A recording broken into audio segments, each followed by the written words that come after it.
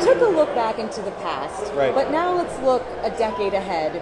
What can we expect in this industry? What's the next decade of disruption look like? Sure. So I think obviously that's hard predicting the future, right? And I don't think anyone's been very successful in doing that. But I envision our industry to continue to just disrupt with technology at the forefront of that. I think what I envision happening is BI, which is the foundation for AI, really becoming data, really becoming very important to an advisor's practice, even if it's a one or two person shop or a large institution like a big bank. I think data will drive this next type of disruption. And I think what else we'll see is robos will continue to do what they're doing, right?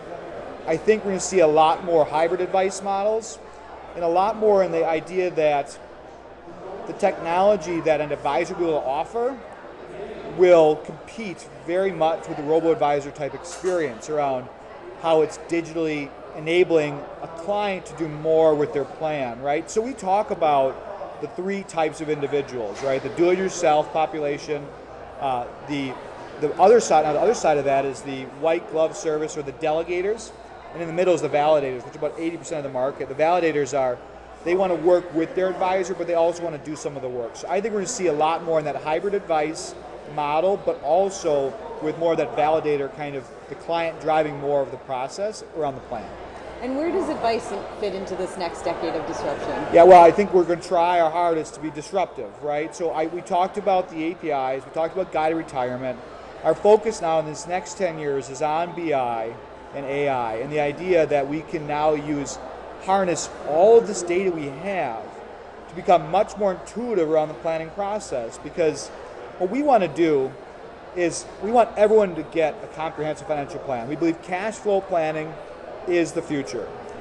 What we want to do is make it more simple to use, and we're going to leverage smart assumptions and data with a foundation of business intelligence, big data, and AI that's going to power that. So that's really going to be our focus. And that's all we wrapped around APIs, building it out with APIs, and really trying to make it much more accessible, our data, but also how we can augment an advisor's practice.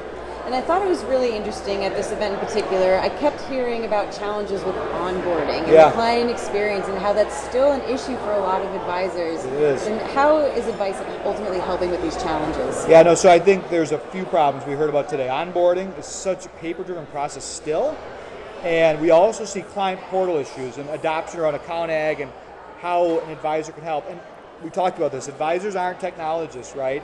And I think the bigger problem is there's so much technology available to them. So I've said this before, and I'll say it again, we are not a technology vendor. We're your strategic partner.